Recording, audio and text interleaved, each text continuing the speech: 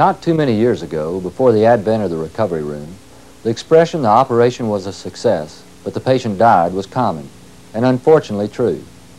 A similar saying in aviation could be, the flight was conducted by the book, but the aircraft crashed anyway. These statements may sound familiar if you've been actively flying a few years, for similar words were in the September '77 Aviation Digest, in an article entitled, How to Crash by the Book. A reprint of the article appeared a year later in Flight Facts, entitled OH-58 Tail Rotor Stall, and in the November '78 Aviation Digest under the same title. In review, an OH-58 was on a mission to observe ground activity. 3 passengers were on board, and once at the field site, the aircraft was flown in a right-hand racetrack pattern. According to the pilot, his altitude varied in the pattern from 150 to 250 feet, and his airspeed from 40 to 70 knots. While in a turn to the south, with a quartering right tailwind, the aircraft refused to respond when the pilot attempted to roll out on his desired heading. An uncontrolled spin in the right built up, with all efforts to regain aircraft control in vain. To quote the pilot, the rotation was completely uncontrollable and gave the feeling the aircraft would come apart. He then split the needles and entered auto rotation. Here we see the aircraft's final resting position. At the time of this mishap, the cause was suspected to be a tail rotor stall. Now, however, with data from similar mishaps, it is generally accepted that they result not from true tail rotor stalls, but simply from insufficient tail rotor thrust to maintain directional control. Stated another way, the aircraft experienced a loss of tail rotor effectiveness. Since considerable attention has been focused on OH-58 tail rotor mishaps in aviation publications this past year, there may be a couple of questions in your mind. First, is the 58 the only aircraft subject to this type of mishap? And secondly, what are the chances of you personally becoming involved in a mishap of this nature? To answer the first question, theoretically, any helicopter with a single main rotor and a tail rotor to counteract torque and provide directional control could experience a loss of tail rotor effectiveness under certain conditions. The second question, what are your chances of being involved in this type mishap, can best be answered by yourself. Your ability to answer it should be considerably improved after reviewing this presentation, analyzing your past flying techniques and habits, and then applying our discussion to your future flights. Since much of our discussion will be addressing common flight maneuvers and the performance planning process, you will benefit from it regardless of the aircraft you fly. This is especially true if you fly the OH-6 or the 58, for they are very similar characteristically and from an operational point of view. Studies are presently being conducted on the aerodynamics influencing tail rotor effectiveness, and we will not address that aspect. Instead, we will look at the common flight conditions involved with such mishaps, the flight maneuvers involved, proper pre-flight performance planning, and the flight techniques to follow to avoid a loss of tail rotor effectiveness. Last, we'll discuss corrective action to take should you experience such a loss. For a moment, let's review the flight conditions. First, flight altitudes were low, usually less than 200 feet AGL. Secondly, low indicated airspeeds existed, usually from 0 knots at a hover to around effective translational lift. Third, power being demanded was near the maximum torque available. Additionally, in many cases, collective was being increased when control was lost. The combinations of high power settings and the increasing of collective demanded that left pedal input be at or close to the maximum possible. 2 of the 5 tail rotor effectiveness mishaps of Physical Year 80 probably resulted directly from these factors when high power demands were made by the pilots, causing insufficient left pedal to be available to counter the resulting torque. Next, varying combinations of gross weights and density altitudes have been involved with recent mishaps. In the 5 cases of Physical Year 80, each aircraft was within design gross weight limits, and density altitudes were between 1,900 and 3,000 feet, except in one case in which it was over 6,600 feet. Finally, and this is of critical importance, either a tail or a crosswind existed at the point of loss of effectiveness. Now that we've reviewed the flight conditions involved with previous mishaps, let's look at the flight maneuvers being flown. As each maneuver is discussed, relate in your mind the conditions just covered. Some of the mishaps, as described at the beginning of this presentation, have involved observation missions in which right-handed circular or racetrack patterns were being flown. If a pilot isn't careful, he can seriously misjudge his airspeed while observing ground activity if he relies upon his apparent ground speed. To give an example, if 15 knots of wind is present and you depend upon apparent ground speed during the downwind portion of the pattern, your actual airspeed will be 15 knots less than it appears to be.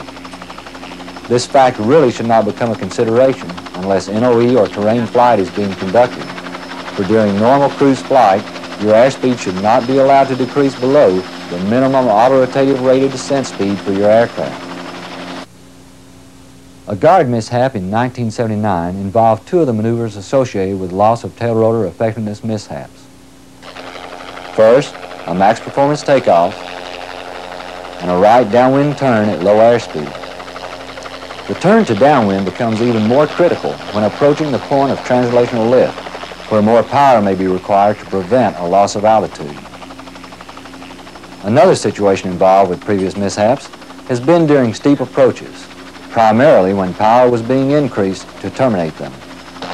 It is especially critical when approaching a pinnacle or a confined area, where wind currents are subject to changing intensities and directions.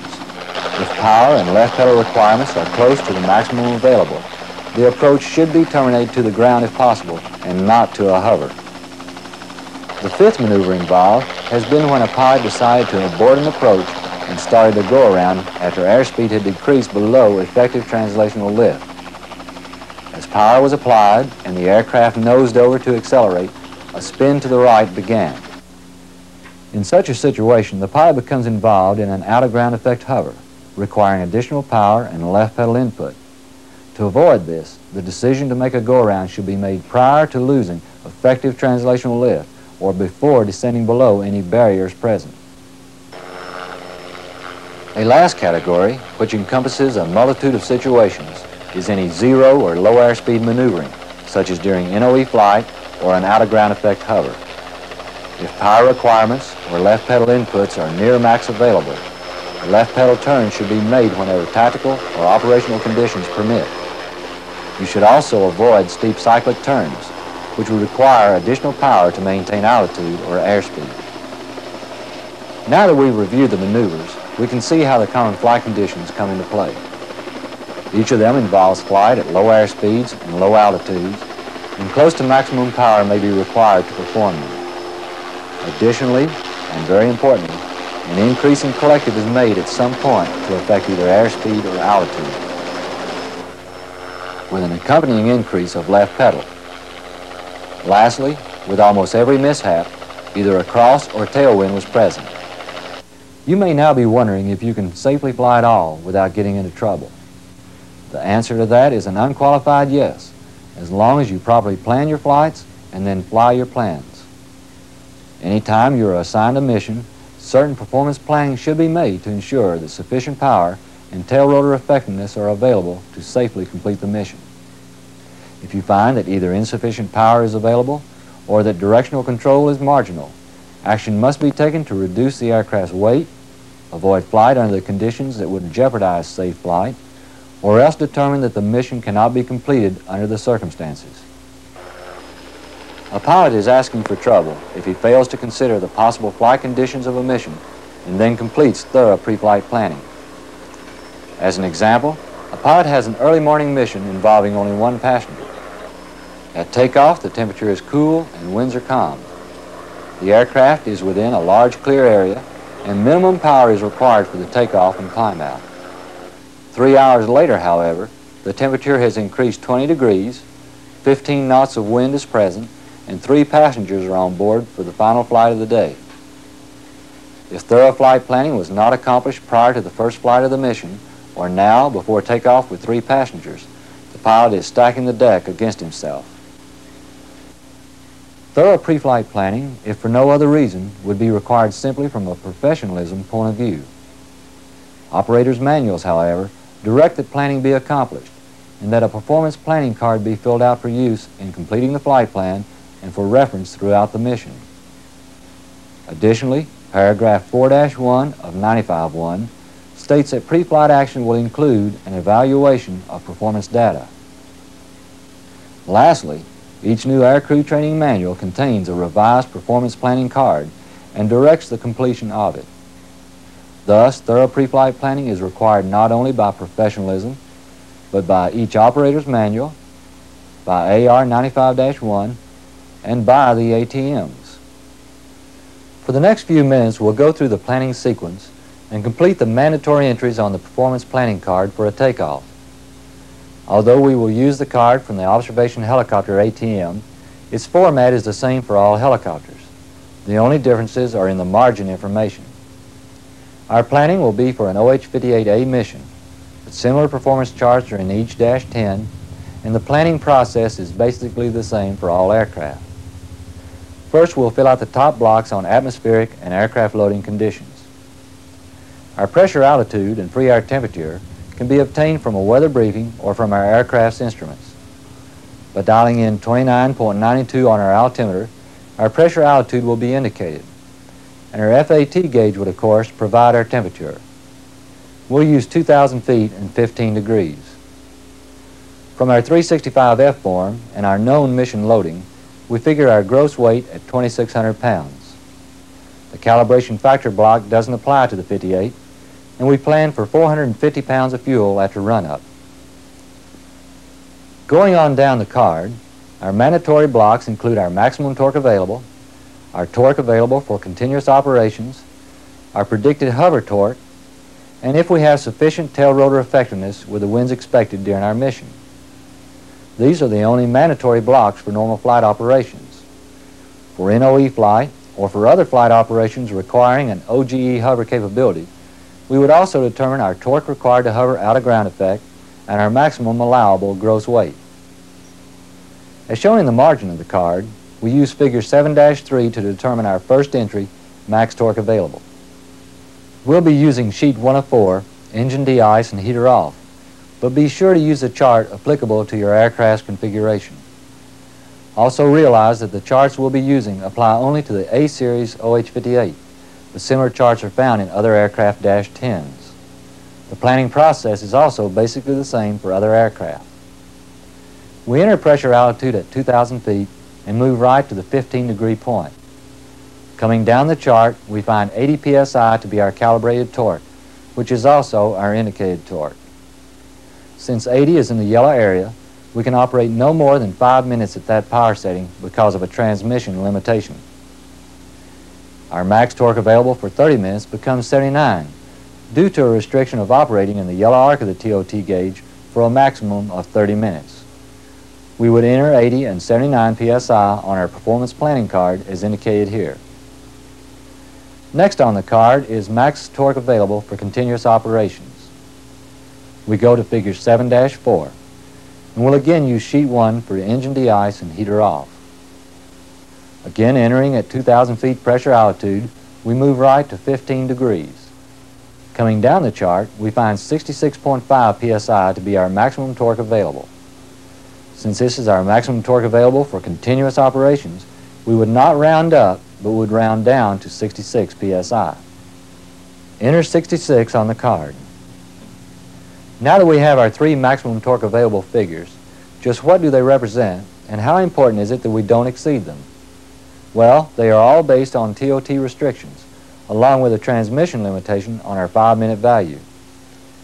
If you exceed 80 psi, you can also expect to exceed the TOT yellow arc limit of 749 degrees. If you exceed 79 psi, but do not go over 80, you can expect to remain in the yellow arc of the gauge, but will be limited by the transmission restriction of 5-minute operations between 79 and 92 psi of torque. Lastly, if you exceed 66 psi during continuous operations, you can also expect to exceed the maximum normal operating TOT of 693 degrees. The next mandatory entry on the card is our predicted hover torque, and figure 7-5, sheet 2 of 2 is used to determine this. As with the previous charts, we enter at 2,000 feet pressure altitude, move right to 15 degrees, and then draw a reference line vertically down the chart.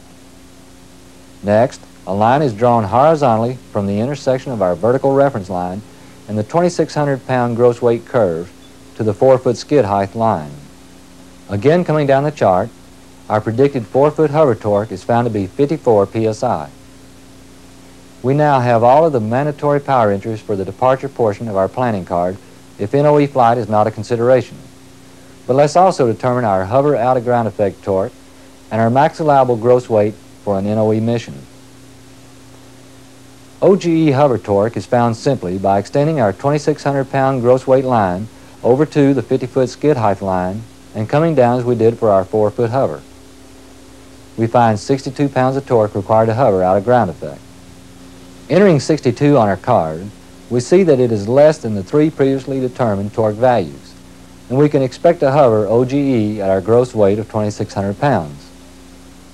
We now know that from a power point of view, we can safely fly with our 1 passenger. But what if 3 passengers show up for the mission, or if we're at max gross weight?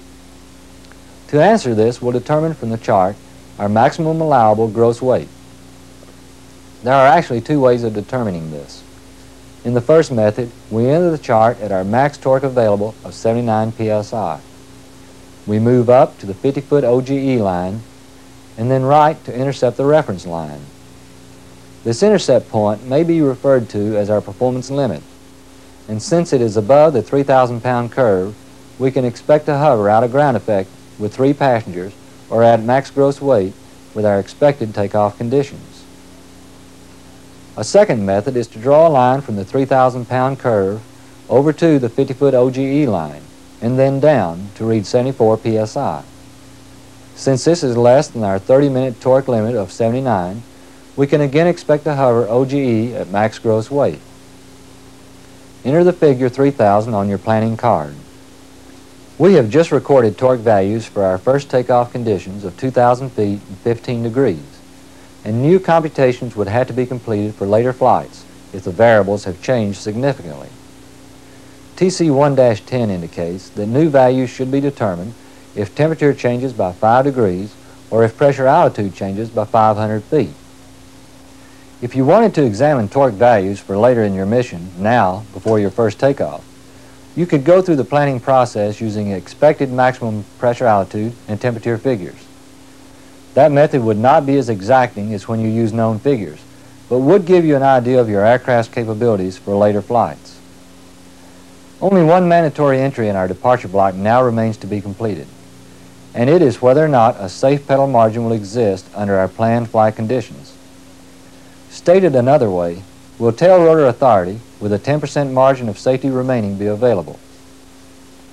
Change 5 to the -10 contained a directional control margin chart, figure 5-6, which allows us to determine this. We first go to sheet 1 of 2. Entering the chart at 2,000 feet pressure altitude, we move right to 15 degrees. We then come down the chart and find that at neither 2,600 pounds nor at max gross weight are we within the yellow or restricted area of the chart. This indicates that we should have a sufficient directional control margin to safely hover with the aircraft's wind limitations of 35 knots crosswind and 30 knots tailwind present. But let's look at another example. If operations were expected at 8,000 feet and 0 degrees, we find that at max gross weight we would be within Area C, which has a max wind value of 20 knots. At 2,600 pounds, we would be right at the edge of the yellow area of 35 knots. We then go to sheet 2 and examine zone C. As stated in the -10, the left vertical line for each zone represents 10% control margin, and as you move towards the right vertical line, the margin decreases and reaches 0 at some point. With a 9-degree right crosswind, for example, a maximum of 10 knots could exist to ensure us a 10% margin remaining, and any greater wind would cause our margin to be reduced below 10%. It is very important to realize that this chart represents maximum winds under optimal conditions with the engine at 103% power RPM, and that any reduction of the engine power RPM below 103% will cause a reduction of the tail rotor thrust. Additionally, you should always hover into the wind whenever possible, of course. and if hovering turns are required, they should be made with smooth and deliberate tail rotor pedal inputs. The yellow area now being shaded identifies the conditions under which less than a 10% longitudinal control margin may also exist. 20-knot winds at 180 degrees, or 23-knot winds at the 210 and 150 degree boundaries would put you in the less than 10% longitudinal control area. Winds of 30 knots or greater could cause you to lose control of the aircraft. Although the 58-10 doesn't explain this, as far as the aircraft is concerned, relative wind can be equated to airspeed of the aircraft. 20-knot winds at 90 degrees, for example, could be equated to sideward hovering at 20 knots. Having stated this, you must realize that the directional control margin chart applies only to winds or flight of a given direction. It does not apply to turning flight, such as during NOE turns, which changes the characteristics of the tail rotor. After marking yes for safe pedal margin on our performance card, mandatory departure information is complete. We spent considerable time on the performance planning card and on the Dash 10 charts, but the importance of thorough pre-flight planning cannot be overemphasized. Once you are accustomed to going through the process, it doesn't take long at all. The information required for the arrival planning block is determined exactly the same way, using the same charts, so we won't go through that portion of the sequence. Don't forget, however, to utilize aircraft and weather information that is current each time you revise or complete the card. Now let's examine our actions at the aircraft. We know from our planning that with an expected gross weight of 2,600 pounds, a pressure altitude of 2,000 feet, and an FAT of 15 degrees, we should hover at 4 feet with approximately 54 pounds of torque. Small variances can be expected, however, and are acceptable due to small errors in the aircraft's gauges, slight reductions in engine condition and performance, and other factors such as wind variations and pilot control touch. But we want to basically verify with the aircraft what our planning charts indicate our power requirements should be. In accordance with Task 2002 of the ATM, we perform a 4-foot hover power check prior to our first takeoff, and each takeoff thereafter if gross weight, pressure altitude, the temperature, or winds have changed significantly. If our hover torque is at or below our predicted torque, our performance planning card is considered valid and no other checks are required. If, however, our torque is more than our predicted value, or if adverse winds exist, you must take one of 3 actions. You must either reduce your gross weight, re-verify the information on your performance planning card, or perform an out-of-ground effect hover check. Let's observe our pilot as he goes through the hover check procedures. He first verifies his pressure, altitude, and temperature planning figures with the aircraft's instruments and finds them to be correct. Since his passenger must be picked up at another site, he refers to the hover chart for his reduced gross weight of 2,400 pounds. He finds 49 psi to be required for a 4-foot hover and 57 for an OGE hover. He then stabilizes at 4 feet and finds his torque meter to indicate 51 psi. Since this is 2 psi higher than his predicted torque of 49, he sets the aircraft down and re-verifies his computations. Finding them to be correct, he decides to perform an OGE hover check. He ascends to 50 feet and makes a 360-degree left pedal turn. His actual torque is 59. Since the same variation of 2 psi is present as during his 4-foot hover check, he can expect his OGE torque with 1 passenger to be 64. Since that is less than his planned torque for continuous operations, he can expect, as his initial planning indicated, to perform out-of-the-ground effect maneuvers during his mission. Thus far, we've discussed the flight conditions and maneuvers involved with loss of tail rotor effectiveness mishaps, the performance planning card within TC 1-137, and have gone through a portion of the pre-flight planning sequence.